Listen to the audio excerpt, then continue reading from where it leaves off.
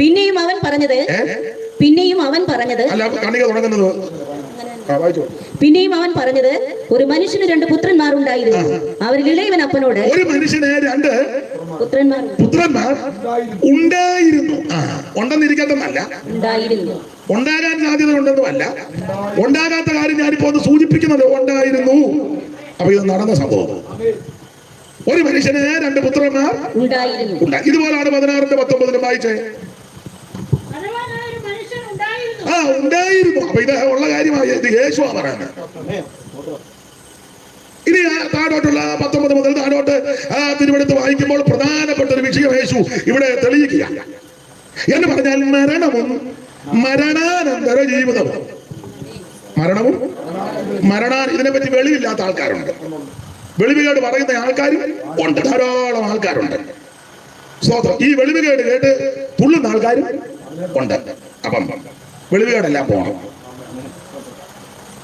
മരണവും മരണാനന്തര ജീവിതവും പ്രധാനമായിട്ട് ഓർമ്മിപ്പാനുള്ളത്. ഞാൻ നിശ്ചയിക്കപ്പെട്ട സമയപരിധിയിൽ നിന്ന് പെട്ടെന്ന് നിർത്താം. ദൈവത്തിന് മഹത്വം.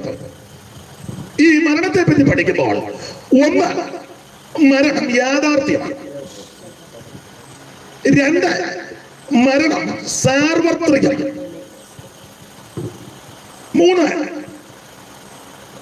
ഈ മരണം ഒരവസ്ഥയാണ്. മരണാനന്തര ജീവിതം എന്ന് പറഞ്ഞാൽ ഒരവസ്ഥയാണ്. 4, മരിച്ചു കഴിഞ്ഞ് മരിക്കുന്ന വ്യക്തി പ്രത്യേക സ്ഥലത്തോട്ടാണ് പോകുന്നത്. അതൊന്ന് നരകവും ഒന്ന് പർദീസായി. 5, ആ 2 പോകാനുള്ള കാരണവും. ഈ കാര്യങ്ങളാണ് യേശു ഈ കണ്ണികയിൽ തെളിയിച്ചത്. ഇവിടെ 2 വ്യക്തികളായി ഈ കണ്ണികയ്ക്കകത്ത് പ്രധാനമായിട്ട് ഉള്ളത്. ഒന്ന് ധനവാൻ. പുള്ളിയുടെ പേര് പറഞ്ഞിട്ടില്ല, പക്ഷേ മറ്റേ പുള്ളിയുടെ പേര് പറഞ്ഞിട്ടുണ്ട്, ലാസർ. ധനവാന് വലിയ കുടുംബശ്രേഷ്ഠതയുള്ളവനാണ്, വലിയ കുടുംബക്കാരനാണ്. കാരണം പഠിപ്പുര വരെയുള്ള ആളാണ്. നമുക്ക് 4 ഓല വളച്ചു വെച്ചതേ ഉള്ളൂ, വലിയ വരെ ചുറ്റുപാട് ഒന്നും ഇല്ല. മറ്റൊരു വലിയ കുടുംബക്കാരനാണ്. ചെല്ലിപ്പടുത്ത് ഞങ്ങൾ പൂതിയോട്ടെ കുഞ്ഞിനെ അറിയാമോ? ചെല്ലി പറയാറുണ്ട്, ഞങ്ങൾ കോവൂരെയാ, ഇവിടെ അടുത്ത്. എതിരല്ല, നല്ല കാര്യമാണ്. ഞങ്ങളെ കണ്ടത്തിലെയാണ്. എന്നിട്ട് അങ്ങോട്ട് പറഞ്ഞ് ഞങ്ങൾ തോട്ടത്തിലെയാണ്.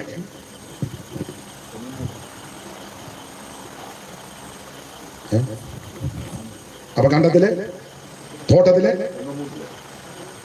അങ്ങനെയൊക്കെ ഒത്തിരി ശ്രേഷ്ഠത പറയുന്നവരാണ്. ഞാനതിനെതിരല്ല, നല്ലതാണ്.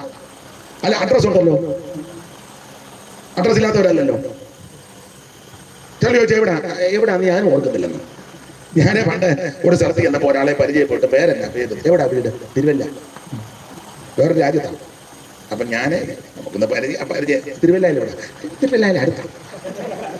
തിരുവല്ലയിൽ അടുത്തെന്ന് പറയുമ്പോൾ എങ്ങോട്ടാ? ചെങ്ങന്നൂരിന് പോകുന്നിടത്താണ്. ഞാൻ ചോദിച്ചു, തോലശ്ശേരിയാണ്. അല്ല, കുറച്ചുകൂടെ പോകണം. തിരുമൂലപുരമാണ്. ഇല്ല, കുറച്ചുകൂടെ പോകണം. കുറച്ചുകൂടെ പോയ ചെങ്ങന്നൂരിന് കലിശ്ശേരിയാണ്. അല്ല, അതിനിപ്പറേ മടുക്കിട്ടാണ്. അല്ല, അതിനിപ്പറേ പിന്നെ ആറാട്ടുകട പാലത്തിന്റെ അവിടെ ആണ്. ഞാനും കണ്ടുവിടുന്നില്ലെന്ന്. ആറാട്ടുകട പാലത്തിന്റെ അവിടെ ആണ്. ഇപ്പൊ കുറ്റൂരാണ്. ആ കുറ്റൂരിന് അടുത്ത കുറ്റൂരിന് അങ്ങോട്ട് പോകണം. തെങ്ങയിലേക്ക് പോകണോ അതോ വളകുളത്തിന് പോകുന്ന റോഡാണ്? ഇടത്തോട്ട് കയറുമ്പോൾ കുന്നുകണ്ടത്തുകാരുടെ ബേക്കറിയും കടയുണ്ട്. അതിനെ കുരിശിത്തോട്ടയുടെ സൈഡിൽ അകത്തോട്ടൊരു വഴിയുണ്ട്. അതിലെ അങ്ങോട്ട് ചെല്ലണം. അതിലെ അങ്ങോട്ട് പോട്ടോ. പിന്നെ ഇടത്തോട്ട് തിരിയണം. ഞാൻ ചോദിച്ചു, പച്ചക്കറി സാബുവിന്റെ വീടിനടുത്താണ്. വീടുന്നില്ലെന്ന് ഞാനും കണ്ടു. കൈയാളിക്കകത്ത് നമ്മുടെ സാബു സുജ, അതിനടുത്താ. ഞാൻ ചോദിച്ചു, വീട്ടുപേരല്ലേ? അതൊക്കെ വലിയ വിഷയമാണ്. അവൻ എന്നോട് പറഞ്ഞ അതൊക്കെ എന്റെ അടുത്ത് നിൽക്കുന്ന പുള്ളി പറഞ്ഞു, മൊത്തം വിഷയം. അങ്ങനെ ഓട്ടോ പിടി തരാത്ത ആൾക്കാരും ഉണ്ട്. അത് ഇവിടെ അഡ്രസ് ഉണ്ടല്ലോ. അപ്പൊ ഇതൊക്കെ വലിയ കുടുംബക്കാരനാണ് ഈ ധനവാൻ. കാരണം പുള്ളി പഠിപ്പര വരെയുള്ള ആളാണ്. അങ്ങനെ എഴുതിയേക്കുന്നത്. പഠിപ്പര എന്നൊരു പദമുണ്ടല്ലോ, വായിക്കേ. ലാസർ എന്ന പേരുള്ള ഒരു ദരിദ്രൻ വ്രണം നിറഞ്ഞവനായി അവന്റെ പഠിപ്പുരയ്ക്കൽ കിടന്നു. അപ്പൊ ധനവാന് വലിയ പഠിപ്പുര വീടുള്ള ആളാ, കുറഞ്ഞ പുള്ളിയല്ല. നല്ല ഫാമിലിയാണ്. അതിന് കാരണം പുള്ളി പറയുന്നുണ്ട്, ഇവര് 6 ആൺപിള്ളേരാണ്. അപ്പൊ കുറഞ്ഞ കേസല്ല. എത്രയാ? 6 എണ്ണം. നല്ല കലാപുരി പോലെ 6 എണ്ണം. പുള്ളി പറഞ്ഞു എന്റെ 5 സഹോദരന്മാർ, അപ്പൊ 5 വന്നു 6 തെളിഞ്ഞു. അപ്പം അങ്ങനെ ഉള്ള ആൾക്കാർ ചെല്ലുപടത്തിലെ കാവുഭാഗത്ത് ഇങ്ങോട്ട് വന്നാൽ ഞങ്ങളുടെ ആൾക്കാർ ആ റോഡിന്റെ കുറഞ്ഞ കേസൊന്നും അല്ല. ആയിക്കോട്ടെ, നല്ല കാര്യം. അപ്പൊ അനുഗ്രഹിക്കപ്പെട്ട ഒരു കുടുംബമാണ് ലോകപരമായി. ആൾക്കാർ ധാരാളമുണ്ട്, വലിയ വീട് ചുറ്റുപാടും ആ പാടിപ്പുരയുണ്ട്, കാശുമുണ്ട്, വിലയേറിയ വസ്ത്രവും ഉണ്ട്, വലിയ മെച്ചപ്പെട്ട ജീവിതമാണ്. എന്നാൽ ഈ അടുത്ത വ്യക്തി ലാസർ, പുള്ളിക്ക് വലിയ വീടും ചുറ്റുപാടും ഒന്നും ഇല്ല. ഈ പുള്ളിയുടെ പടിപ്പരവാതൊക്കെ കിടക്കുക, പടിപ്പരവാതൊക്കെ. ധനവാനെ സുഖിക്കുക. ധനവാൻ ആഡംബരത്തോടെ വായിക്ക് എന്തുവാ സാറാ? ധനവാന്റെ മേശയിൽ നിന്ന് വീഴുന്നത് അല്ല, സുഖിച്ചോണ്ടിരിക്കുന്ന സുഖിക്കുക.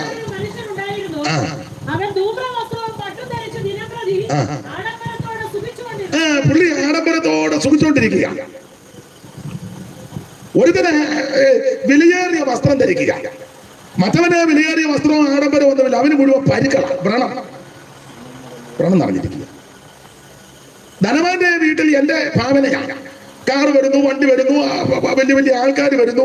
ലാസറിനെ കാണാൻ ആരും വരുന്നില്ല. പരിവക്കേട് കിടക്കുക. പരിവക്കേടുള്ളവനെ ആര് കാണാനാ? പരിവക്കേടുള്ളവനെ ആരും ശ്രദ്ധിക്കത്തില്ല. ദൈവത്തിന്റെ മഹത്വം. ഇതൊക്കെ ഇതിന്റെ പശ്ചാത്തല ഭാഗവും ചരിത്രം. ഞാൻ ദീർഘമാക്കുന്നില്ല. നിന്ന് പ്രസംഗിച്ചാൽ ഞാൻ ചിലപ്പോൾ നിന്ന് പ്രസംഗിക്കും, നിങ്ങൾ ചിലപ്പോൾ ഇരുന്നും വരും. അപ്പൊ അതിൽ 2 വ്യക്തികൾ, ധനവാനും ലാസറും. അവിടെ ഇനി ഇവരുടെ കടന്നുപോക്കിനെ പറ്റി, ധനവാൻ ലാസർ മരിച്ചു, ധനവാനും മരിച്ചു. ലാസർ മരിച്ചെന്നല്ലേ എഴുതിയേക്കുന്നത്? വായിച്ചോ. ദരിദ്രൻ ലാസർ മരിച്ചു. അടുത്ത വാക്യത്തിൽ ധനവാനും മരിച്ചു. നിങ്ങൾ ആ പറഞ്ഞ ശ്രദ്ധിച്ചേ. കാശില്ല, വിലയേറിയ വസ്ത്രമില്ല, കുടുംബസേവനമില്ല, ആൾബലമില്ല, അംഗബലമില്ല. ധനവാന്റെ മേശയെന്ന് വീഴുന്ന അപ്പം നുറുക്ക് തിന്നാൻ ആഗ്രഹിച്ചെന്ന, തൃപ്തി പറഞ്ഞൊന്നും എഴുതിയിട്ടില്ല. ആഗ്രഹിച്ചെന്ന, അല്ലാതെ കൊടുത്തൊന്നും എഴുതിയിട്ടില്ല. പുള്ളി ആഗ്രഹിച്ചവിടെ കിടക്കാൻ കൊടുത്തോ കൊടുത്തില്ലയോ അങ്ങനെയൊന്നും പുസ്തകത്തിൽ എഴുതിയിട്ടില്ല. ഇങ്ങനെ കിടക്കാവല്ലോ, കിട്ടുമോ? ഇതൊക്കെ ഇദ്ദേഹത്തിന്റെ അന്തരീക്ഷം. വ്രണവും നായ്ക്കൾ വന്ന് നക്കുകയും ചെയ്യും. പക്ഷേ മരിച്ചു കഴിഞ്ഞപ്പോൾ അവിടെ ഒരു പദമുണ്ട്, ലാസറിനെ കൊണ്ടുപോയി എന്നാണ് എഴുതിയേക്കുന്നത്. ദരിദ്രൻ മരിച്ചപ്പോൾ ദൂതന്മാർ അവനെ അബ്രഹാമിന്റെ മടിയിലേക്ക് കൊണ്ടുപോയി. എന്തോ നല്ല പ്രയോഗമാണ്. യേശു പഠിപ്പിച്ചതാ, യേശു പറഞ്ഞതാ. നമ്മൾ ഇവിടുന്ന് പാടുക, എന്നെ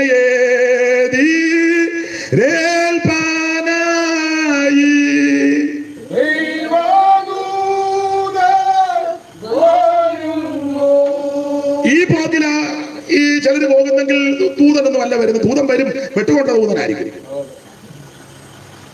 പാടുന്നതുകൊണ്ട് കുഴപ്പമൊന്നുമില്ല. ഈ ദരിദ്രൻ മരിച്ച അദ്ദേഹത്തെ ദൈവദൂതന്മാര് വന്ന് കൊണ്ടുപോയി എന്നാണ് എഴുതിയേക്കുന്നത്. ഞാനിങ്ങനെ ചില പദങ്ങളെ ഉദ്ദേശിച്ച പുള്ളിയെ കൊണ്ടുപോയി. കാശുണ്ട്, ധൂമ്രവസ്ത്രമുണ്ട്, പട്ടുണ്ട്, സുഖമുണ്ട്, സുഖിക്കുന്നു, ആഡംബരം, പടിവാതിക്കലുള്ള വലിയ വീട്, അംഗബലമുള്ള ആള്, അതൊക്കെ വലിയ ഇതാ. പക്ഷേ പുള്ളിയെ പറ്റി വായിക്കുന്നത് പെട്ടുപോയെന്ന്. മറ്റേ പുള്ളിയെ കൊണ്ടുപോയി. ധനവാൻ പെട്ടു. വായിച്ച ധനവാൻ മരിച്ച കാര്യം. ധനവാനും മരിച്ച് അടക്കപ്പെട്ടു. അങ്ങനെ ഒരുത്തൻ അവൻ പോയി, മറ്റവൻ പെട്ടു. സ്തോത്രം. ഒരുത്തൻ പോയി, ഒരുത്തൻ പെട്ടു. അവിടെ ദീർഘമാക്കുന്നില്ല. അത് കഴിഞ്ഞ് ഈ ധനവാന് ചെന്നത് യാതനാ സ്ഥലത്താണ്. യാതനാസ്ഥലം. ലാസർ ചെന്നത് അബ്രഹാം പിതാവിന്റെ മടി. ഇത് ആരംഭ സമയത്തൊക്കെ ഉപദേശിമാര് പറയുകയും ഞാനും വായിക്കാൻ പറ്റും. ഇതും ഭയങ്കര മടിയാണല്ലോ. പുള്ളി ഇങ്ങനെ കയറി ഇരിക്കുക, ഇവിടുന്ന് ചെല്ലുന്നില്ല, മടി ചാടി കയറി. എപ്പോ ഇതെന്തൊരു മടിയാണ്, ഇതിന് വീണ്ടും ഭയങ്കര. നമുക്കൊരു കൊച്ചു കയറി മടി ഇരുന്ന് വെച്ചിട്ട് കഴിയുമ്പോൾ നമുക്ക് കാല് വേദനിക്കുന്നെന്ന് പറയും. അപ്പൊ ഈ ചെല്ലുന്നവനെല്ലാം അബ്രഹാം പിതാവിന്റെ മടിയിൽ കയറിയപ്പോൾ എന്തും വീണ്ടും അതൊരു അലങ്കാര ഭാഷയാണ് മടി എന്ന് പറഞ്ഞാൽ, ഒറ്റ വാക്ക് പറഞ്ഞാൽ അത് പറുദീസായ. സ്ഥലമില്ലെന്നോർത്ത് നീ വരാതിരിക്കണ്ട, അത് പറുദീസായ. പറുദീസ. അപ്പോൾ ഈ ലാസറിനെ ദൈവം പറുദീസയിലോട്ട് അങ്ങ് ദൂതന്മാർ കൊണ്ടുപോയി. ധനവാൻ യാതനാ സ്ഥലത്ത് പോയി. പുള്ളി അവിടെ, ഞാൻ ആ ഭാഗം രാവിലെ വായിച്ചപ്പോ, പുള്ളി അവിടെ ചെന്ന് കഴിയുമ്പോൾ എല്ലാം കാണുക. ജീവിച്ചിരുന്നപ്പോ ഇതൊന്നും കണ്ടില്ല, കാണാനുള്ള കണ്ടില്ലല്ലോ. അന്നേരം കണ്ടുമാനങ്ങ് സൂഹിക്കുക, തിന്ന് പൊളച്ച് വെളിയേറിയ വസ്ത്രമൊക്കെ ധരിച്ച് ആഡംബരവും സുഖലോലുപതിന് ഇങ്ങനെ അന്നേരം കാണാനുള്ള കാണുന്നൊന്നും ഇല്ല. പുള്ളി പരുവക്കാട് ചെന്ന് കഴിയുമ്പോ എല്ലാം കാണുക. അബ്രഹാം പിതാവിനെ കാണുന്നു, മുഴുത്ത മടി കാണുന്നു, ലാസർ കയറി ഇരിക്കുന്ന കാണുന്നു. ഇപ്പൊ നീ കണ്ടിട്ട് യാതൊരു ഗുണവും ഇല്ല. നീ അത് കരയ്ക്ക് ജീവിച്ചിരുന്നപ്പോ ഇതൊക്കെ കാണുന്നവാരും ചത്ത് കഴിഞ്ഞ ഇതെല്ലാം കൂടെ കണ്ടിട്ട് തന്നെ എടുക്കാനാണ്. അതിനാ ദൈവം നമുക്ക് ഈ ചുരുങ്ങിയ ആയുസ് തന്നിരിക്കുന്നത്. 70 ഏറെ ആയാൽ 80 ദീർഘായുസ് തരുന്ന എന്തിനാ ചോദിച്ചാൽ, ജീവിച്ചിരിക്കുമ്പോൾ നീ ഇതെല്ലാം കാണണം. ലാസറിനെ കാണണം, അബ്രഹാമിനെയും കാണണം, പ്രവാചകന്മാരെയും കാണണം, മോശയെയും കാണണം, മടിയും കാണണം, മരിക്കുന്നതും കാണണം. ഇതെല്ലാം ജീവിച്ചിരിക്കുമ്പോ കാണണം. പുള്ളി അത് കഴിഞ്ഞ ഇതെല്ലാം പുള്ളി ഇതെല്ലാം ക്ലിയർ ആയിട്ട് കാണുന്നു. സ്തോത്രം, എല്ലാം ക്ലിയർ ആയിട്ട് ഇപ്പൊ കാണുന്നു. ജീവിച്ചിരിക്കുമ്പോ നമ്മൾ എന്ന് പറയുക, ഇന്നതാ അമ്മാമേ ഇന്നതാ, എനിക്കൊന്നും കാണാൻ മേല. ഇപ്പൊ എല്ലാം കാണുന്നുണ്ടല്ലോ. പുള്ളി അവിടെ ചെന്ന് കണ്ടു. കണ്ടപ്പോ പുള്ളി പറയാ, അബ്രഹാം പിതാവേ, ഓ പുള്ളി ഇങ്ങോട്ടൊന്ന് പെട്ടെന്ന്, അതിന് ഞാൻ യാതനാസ്ഥലത്താണ്, ഉഷ്ണവും പരമേശ്വര. ലാസറ വിരലിന്റെ അറ്റ ഒന്ന് വെള്ളത്തിൽ മുക്കി എന്റെ നാവിനെ തണുപ്പിക്കേണ്ടതിന്. പൊട്ടത്തരമല്ലേ വിളിച്ച് പറഞ്ഞത്. പുള്ളി കിടക്കുന്ന തീജ്വാലയാണ്. ഈ വിരലെ മുക്കിയാച്ച് ഇങ്ങോട്ട് വന്നാൽ തന്നെ ഇത് കാണുമോ? ഊളം വർത്താനം പറയുന്നതിനൊരു വിരലെ മുക്കിയെന്ന് പറഞ്ഞാൽ കപ്പിനകത്ത് കൊണ്ടുവരികയല്ലോ. വിരലൊന്ന് മുക്കി ഒത്തിരി ഒന്നും കാണുകയല്ല. അത് മുക്കിയേച്ച് ഇങ്ങോട്ട് എടുക്കുമ്പോ തന്നെ ഉള്ളത് പോകും. അവിടെ ഇങ്ങോട്ട് വരുമ്പോ തന്നെ ഇവിടെ കിടക്കുന്ന എവിടാ? തീജ്വാല. ഇത് വല്ല നാക്ക് കിട്ടാനോ തോണ്ടാനോ വല്ല വന്നോ? ചുമ്മാ വെടലത്തരം പറയുക. ഇങ്ങോട്ടൊന്ന് വിടാൻ. അന്നേരം അബ്രഹാം പിതാവ് പറഞ്ഞു, മണിച്ചായ അതൊന്നും നടക്കുന്ന കാര്യം. മണിച്ചായനാണ് ഞാനിട്ട പേര്, കാരണം ധനം മണി ഒരു ഇംഗ്ലീഷ് ഇരിക്കട്ടെ. മണിച്ചായ. പിന്നെ അപ്പം അബ്രഹാം പിതാവ് പറഞ്ഞു, മണിച്ചായ ഇനി അതൊന്നും നടക്കുന്ന കേസ് അല്ല. മണിച്ചായൻ എന്തും വേണ്ടോ അവസരം തന്നതാ.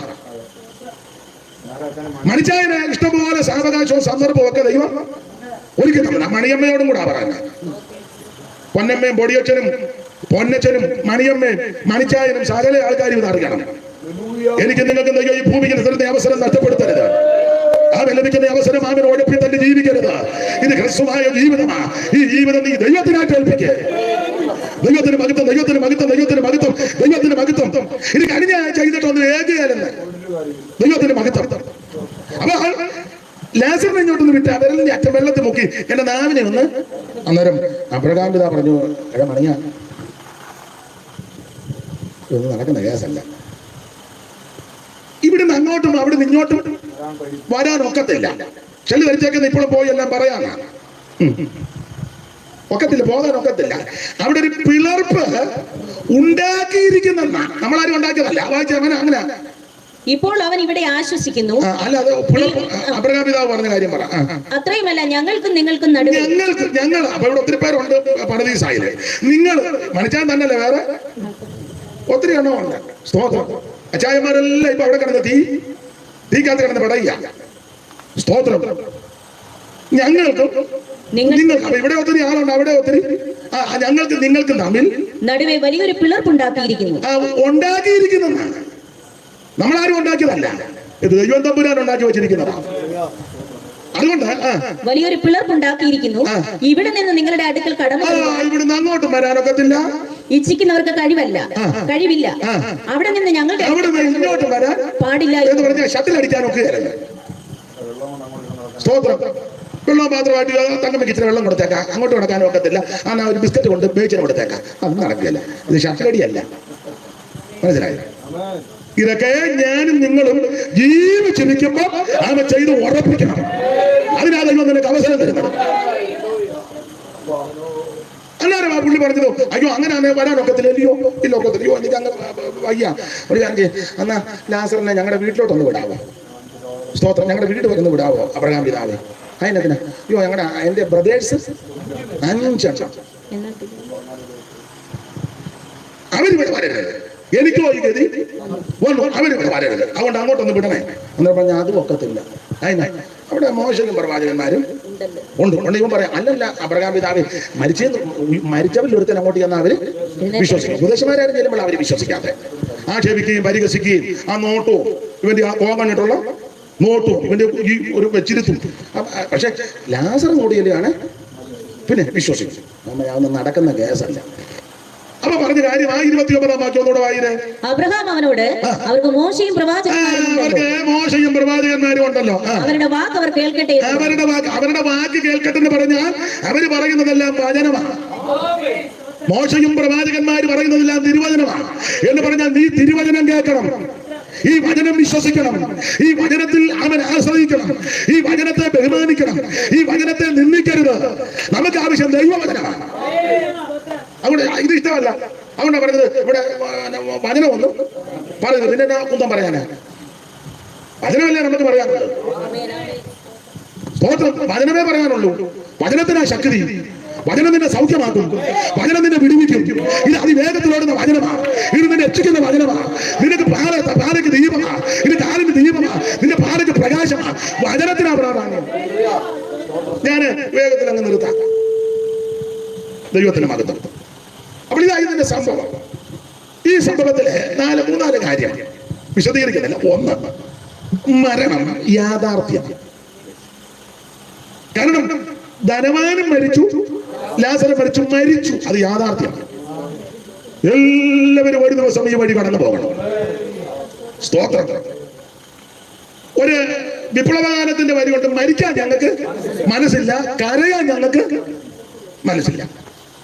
എഴുതിയ പുള്ളി മരിച്ചു, ഏറ്റുപാടിയ പലരും മരിച്ചു. ഇപ്പോൾ ചെന്ന് പാടുന്നുണ്ട് നീയും ചാകും. മനസ്സില്ലെന്ന് പറഞ്ഞ് കാവുമ്പാത്തോടെ നടന്നാലൊന്നും നടക്കില്ല. സൂക്ഷം നീ ചാകും. പ്രസംഗിക്കുന്ന ഞാനും മരിക്കും ഒരു ദിവസം. പിന്നെ മരിക്കാൻ ഞങ്ങൾക്ക് ഇവിടുന്ന് കാവുമ്പാൻ വരെ പാടിനൊക്കെ അവിടെ യാത്രക്കാരിക്കും വേണേ പാട് നടക്കി മേപ്പറ വഴി കയറി വീണ്ടും വന്ന് വരാം. മരിക്കാൻ ഞങ്ങൾക്ക് മനസ്സില്ല. അങ്ങനെ ഇവിടെ തീർന്നു. മനസ്സിലെന്നൊക്കെ പാടി നടക്കത്തേ ഉള്ളൂ, പക്ഷെ സൂക്ഷം മരിക്കും. സ്തോത്രം. വണ്ണം വരുത്താലും മണ്ണിനിരജാത കണ്ണിന്റെ ഭംഗിയും മായ വണ്ണം വരുത്താലും മണ്ണിനിരജാത കണ്ണിന്റെ ഭംഗിയും 10,000 നില ഒക്കി പണിഞ്ഞാലും അതിനുള്ളിലും മൃത്യു കയറി ചെല്ലോ. 10,000 നില ഒക്കി പണിഞ്ഞാലും അതിനുള്ളിലും മൃത്യു. ഓ ചെറ്റപ്പൂരയാതിൽ പാർക്കുന്ന ഭിക്ഷുവോ മുറ്റും മരണത്തിൽ അതിനാ. ചെറ്റപ്പൂരയാതിൽ പാർക്കുന്ന ഭിക്ഷുവോ മുറ്റും. കൊച്ചുകുഞ്ഞുമേശി എഴുതിയ നല്ല വരികളാണ്, അർത്ഥസമ്പുഷ്ടമായ വരികളാണ്. അപ്പോൾ 1, മരണം യാഥാർത്ഥ്യമാണ്. മരിച്ചേ ഒക്കൂ. സ്തോത്രം. മരിക്കും. നിങ്ങൾ ചിന്തിക്കുക, ദൈവമേ ഉപവാസ പ്രാർത്ഥനയാ, കുറച്ച് നാളൂടെ ജീവിക്കാൻ നോർത്താ വന്ന് ഇരുന്ന്. അന്നേരം അങ്ങേര് പറയാ ഇത് ഞാൻ പരമാർത്ഥമായ കാര്യമാണ്. മരിക്കും. അപ്പൊ 1, മരണം യാഥാർത്ഥ്യമാണ്. പിന്നെ മരിച്ചു പോകുന്ന ആൾക്കാരെ പറ്റി പറയുമ്പം വ്യത്യാസത്തിൽ പറയുമെന്നേ ഉള്ളൂ. രാജാക്കന്മാര് മരിച്ചാൽ പറയും നാട് നീങ്ങി. മരിച്ചെന്ന് പറയല. സമുദായത്തിലൊക്കെ വലിയ ആൾക്കാർ മരിക്കുമ്പോൾ കാലം, ഒരാൾ പറഞ്ഞ് കാലം ചെയ്തതാന്ന് പറഞ്ഞു. കാലനായി ചെയ്തല്ല, ചെയ്തത് കാലം ചെയ്തതാ. ഞാൻ പറഞ്ഞാൽ എന്നെ ഒന്നാക്കി പിടിക്കാൻ പറ്റരുത്. പറഞ്ഞാൽ ഇപ്പോഴും ജീവിച്ചിരിപ്പുണ്ടോ?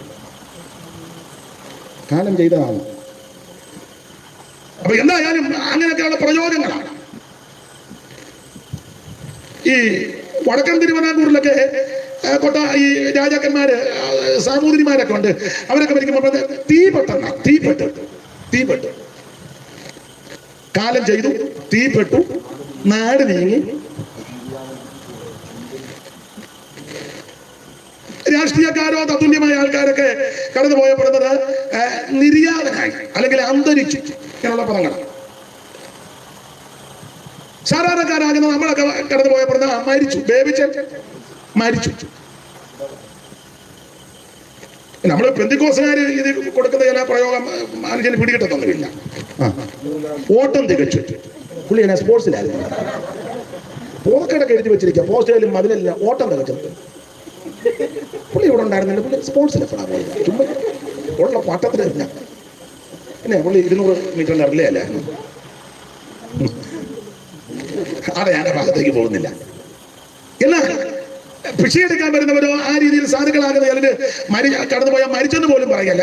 നമ്മുടെ അയാൾ ചത്തുപോയി. അയാൾ നമ്മുടെ ആ നിങ്ങളുടെ വീട്ടിൽ ജോലിക്ക് വരുന്ന തങ്ക ചത്തു, തങ്കമ്മാമ കടന്നുപോയി, തങ്ക ചത്തു നമുക്കൊന്നും മനസ്സിലാകുന്നില്ല. എന്തായാലുമുള്ള മരണം യാഥാർത്ഥ്യമാണ്. ഒരിക്കലും ഈ ജഗത്തെയും ജഡത്തെയും പിരിഞ്ഞ് നാം തിരിക്കണം. വിസമ്മതങ്ങൾ ഒന്നും പറ്റുകയില്ല. പടുക്കളെന്ന് പേരെടുത്ത പൂർവിക പ്രമാണികൾ കൊടുക്കുമെന്ന് സംഭവിച്ചു. കേട്ടുകേൾവി ഇല്ലവോ സമർത്ഥനായ സീസറും പ്രശസ്തനായ ഹോമറും സമത്വമറ്റ സോളമൻ തുടങ്ങിയുള്ള വിജ്ഞാൻ എല്ലാവരും കടന്നുപോയി. അധ്യാത്മരാമായണത്തിലെ സാധാരണ ഞാൻ പറയുന്ന ഒരു ഭാഗമുണ്ട്. ഭോഗങ്ങൾ ഓരോ ക്ഷണപ്രഭാജലം വേഗേന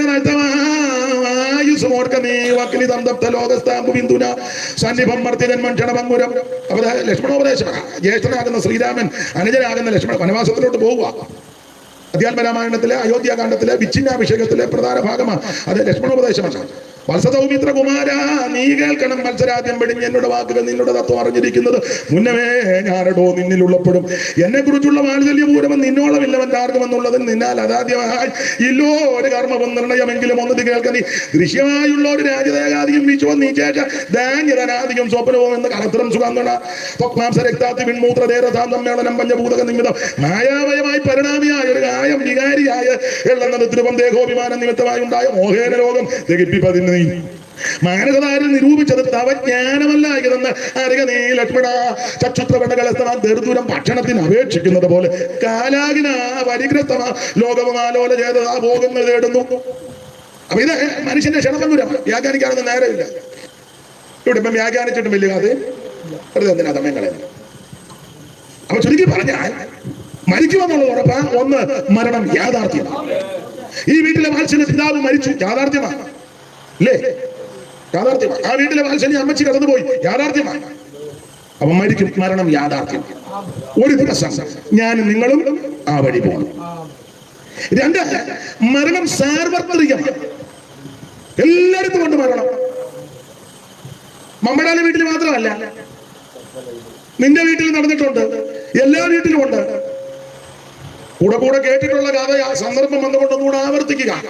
ആവർത്തന വിരസത ചിലർക്ക് അരോചകത്വം വരുത്തുമെന്ന് എനിക്കറിയാം. എങ്കിലും സന്ദർഭം വന്നതുകൊണ്ട് ശ്രീബുദ്ധന്റെ അടുക്കൽ ഒരു അമ്മ വന്ന് പറഞ്ഞു, എന്റെ കുഞ്ഞ് മരിച്ചു, ബുദ്ധനെ ഒന്ന് ഉയർപ്പിക്കണം. അപ്പം ബുദ്ധൻ പറഞ്ഞു, ഒരു കാര്യം ഉയർപ്പിക്കാം, ഏതെങ്കിലും വീട്ടിൽ നിന്ന് കടുക് കൊണ്ടുവരണം. അവ കൊച്ചിനെ ഉയർക്കുമെന്ന് കടുകിന് ഓടിയപ്പോൾ പറഞ്ഞു, പിന്നെ ഒരു മരണം നടക്കാത്ത വീട്ടിൽ നിന്ന് വേണം കടുക് കൊണ്ടുവരാൻ. ഈ അമ്മ ഓടി ഒരു വീട്ടിൽ ചെന്നൊരു സ്ത്രീയോട് പറഞ്ഞു, ഇച്ചിരി കടുക് വേണം കൊച്ചിനെ ഉയർപ്പിക്കാനാണ്. ഇച്ചിരി കടുക്. അവര് കടുകിന് അങ്ങനെ വലിയ വിലയില്ലല്ലോ. കടുക് എടുത്തോണ്ട് പറഞ്ഞു, ഈ വീട്ടിൽ മരണം വല്ലോ നടന്ന, അയ്യോ കഴിഞ്ഞ കൊല്ലം എന്റെ ഭർത്താവ് മരിച്ച, കടുക് വേണ്ട. അപ്പുറത്ത് വീട്ടിൽ ചെന്നു, ഇച്ചിരി കടുക് വേണം. കടുക് എടുത്തോണ്ട് വന്നപ്പോൾ ഇവിടെ മരണം നടന്നോ, കഴിഞ്ഞ മാസമാണ് എന്റെ മൂത്ത മോൻ മരിച്ചത്, വേണ്ട. ചുരുക്കി പറഞ്ഞാൽ ചെന്ന വീട്ടിലെല്ലാം മരണം. ഈ സ്ത്രീ നിരാശയോടെ വന്ന് പറഞ്ഞു, ഒരു കടുക് കിട്ടിയില്ല. അതിന് ഒരു വീട്ടിലും കടുകില്ലേ? കടുകുണ്ട്, പക്ഷെ എല്ലാ വീട്ടിലും മരണം നടന്നു. മരണം നടക്കാത്ത ഒരു വീടുമില്ല. എല്ലാ വീട്ടിലും മരണം നടന്നിട്ടുണ്ട്, ഇനിയും നടക്കും. നിങ്ങളുടെ ഇരിപ്പ് കണ്ട ഞങ്ങളുടെ വീട്ടിൽ വന്ന് വരികയായിരുന്നു. എന്റെ വീട്ടിലായിരിക്കും നാളെ തന്നെ വരുന്നത്. പേടിക്കാൻ പറഞ്ഞതല്ല. ദൈവമേ, നല്ലൊരു യോഗത്തിന് പോന്നിരുന്ന അയാൾ കൊല്ലാൻ നിൽക്കുക. അല്ലല്ല, ഇത് അറിഞ്ഞിരിക്കണ്ടേ? എല്ലാ വീട്ടിലും ആമൻ മരണം നടന്നിട്ടുണ്ട്. ഇതിനാർക്കും ഒഴിയാവതല്ല. മറന്നു പോകാതെ നീ മനമേ,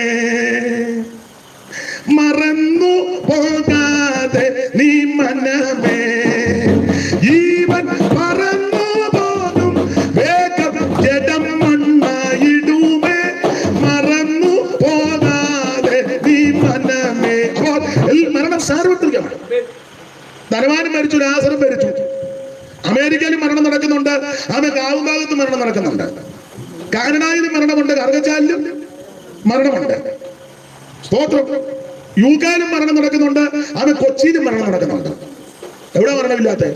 പാകിസ്ഥാനിലും ഉണ്ട് മരണം, ഇന്ത്യയിലും ഉണ്ട് മരണം. അതിനൊക്കെ തിരിച്ചു വച്ചിരിക്കുക, തോക്കുമായിട്ട് ആൾ നിൽപ്പുണ്ട്. പക്ഷെ രണ്ടിടത്തും മരണം നടക്കുന്നുണ്ട്. മരണം സാർവത്രികമാണ്. പണ്ഡിതനും പാമരനും കുചേലനും കുമാരനും ധനവാനും ദരിദ്രനും കഴിവുള്ളവനും കഴിവില്ലാത്തവനും കറുത്തവനും വെളുത്തവനും ആക്കമുള്ളവനും ആക്കമില്ലാത്തവനും തളർന്നു കിടക്കുന്നവനും എല്ലാവരും മരിക്കും. ധനവാനെ പറ്റി വായിക്കുന്ന പുള്ളി ഇരിക്കുന്ന അങ്ങനെയല്ലേ എഴുതിയേക്കുന്നത്? വായിച്ചേ ധനവാനെ പറ്റി 19-ാം വാക്യം വായിക്കും. ധനവാനായൊരു മനുഷ്യനുണ്ടായിരുന്നു. അവൻ ധൂമ്രവസ്ത്രവും പട്ടും ധരിച്ച് ദിനപ്രതി ആഡംബരത്തോടെ സുഖിച്ചുകൊണ്ടിരുന്നു. അവ ഇരുന്ന പുള്ളി മരിച്ചു. ലാസറിനെ പറ്റി ഇരുന്നല്ല, കിടന്ന. വായിച്ചേ. ലാസർ എന്ന പേരുള്ള ഒരു ദരിദ്രൻ വ്രണം നിറഞ്ഞവനായി അവന്റെ പടിപ്പുരയ്ക്കൽ കിടന്നു. പുള്ളി ഒരുത്തൻ ഇരിക്കുക, മറ്റവൻ ഇരുന്നവനും മരിച്ചു, കിടന്നവനും മരിക്കും. സകല എണ്ണവും മരിക്കും. വെള്ളത്തിൽ യാത്രയിൽ വെച്ചോ ആരാധനയ്ക്കായി പള്ളിയിൽ പോകും നേരത്തോ, വെള്ളത്തിൽ യാത്രയിൽ വെച്ചോ ആരാധനയ്ക്കായി പള്ളിയിൽ പോകും നേരത്തോ, കള്ളം പറഞ്ഞു ചിലർ വ്യാപാര ചന്തയിലോ, കള്ളം വ്യാപാര ചന്തയിലോ, കള്ളക്കാശിനു പോകും, കച്ചേരിയിലോ കള്ളക്കാശിനു പോകും. എപ്പോഴാണ് എന്റെ സോദന മൃത്യു വരുന്ന ഓർക്കയിലെന്തു കൈതമേ, എപ്പോഴാണ് എന്റെ സോദന ദൈവത്തെ മഹത്വപ്പെടുത്ത. നിങ്ങൾ ഭയപ്പെടാനോ വെപ്രാളപ്പെടാനോ നിരാശപ്പെടാനല്ല പറഞ്ഞ് ഞാന് യേശു കർത്താവ് പഠിപ്പിച്ച കാര്യം പറഞ്ഞ കാര്യം ഒന്നുകൂടെ ആവർത്തിക്കുക. ദൈവത്തിന്റെ മഹത്വം. ഒന്ന്, മരണം യാഥാർത്ഥ്യമാണ്. രണ്ട്, മരണം സാർവത്രികമാണ്. എല്ലാവരും മരിക്കണം. സ്തോത്രം. മൂന്ന്, വിശദീകരിക്കുന്നില്ല. മരണാനന്തരം രണ്ട് അവസ്ഥയുണ്ട്. തിന്നുക, കുടിക്കുക, ആനന്ദിക്കുക.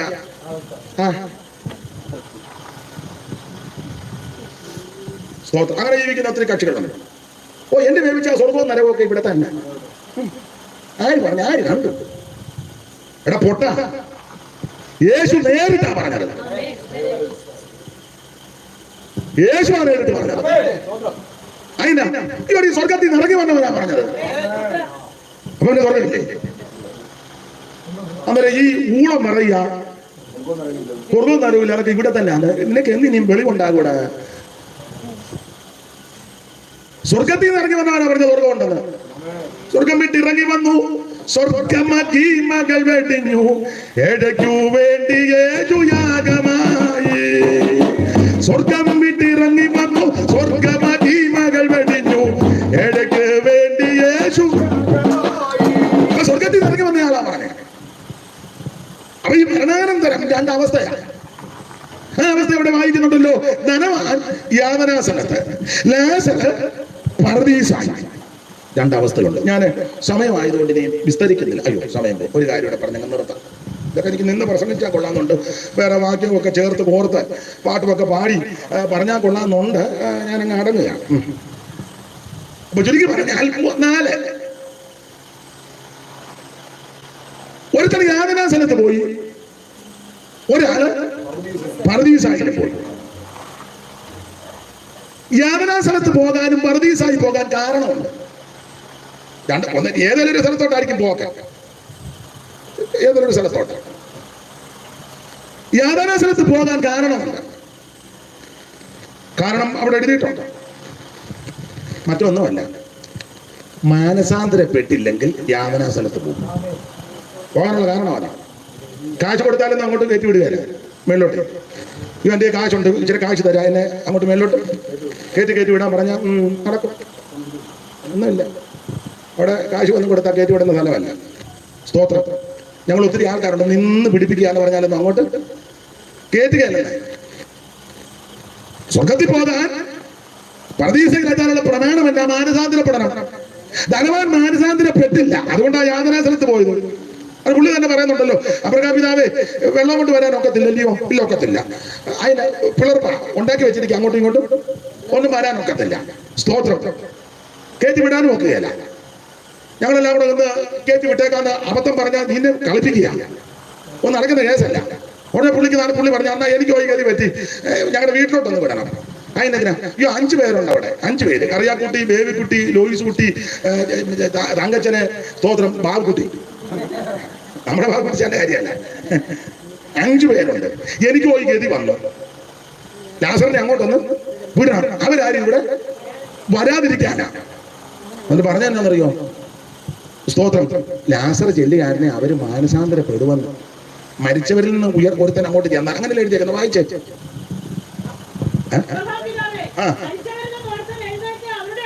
അബ്രഹാം പിതാവേ മരിച്ചവരുടെ കയ്യിൽ നിന്ന് ഒരുത്തൻ എഴുന്നേറ്റ് അങ്ങോട്ട് ചെന്നാൽ അവർ മാനസാന്തരപ്പെടും. അപ്പൊ അതിന്റെ അർത്ഥം എന്നാ?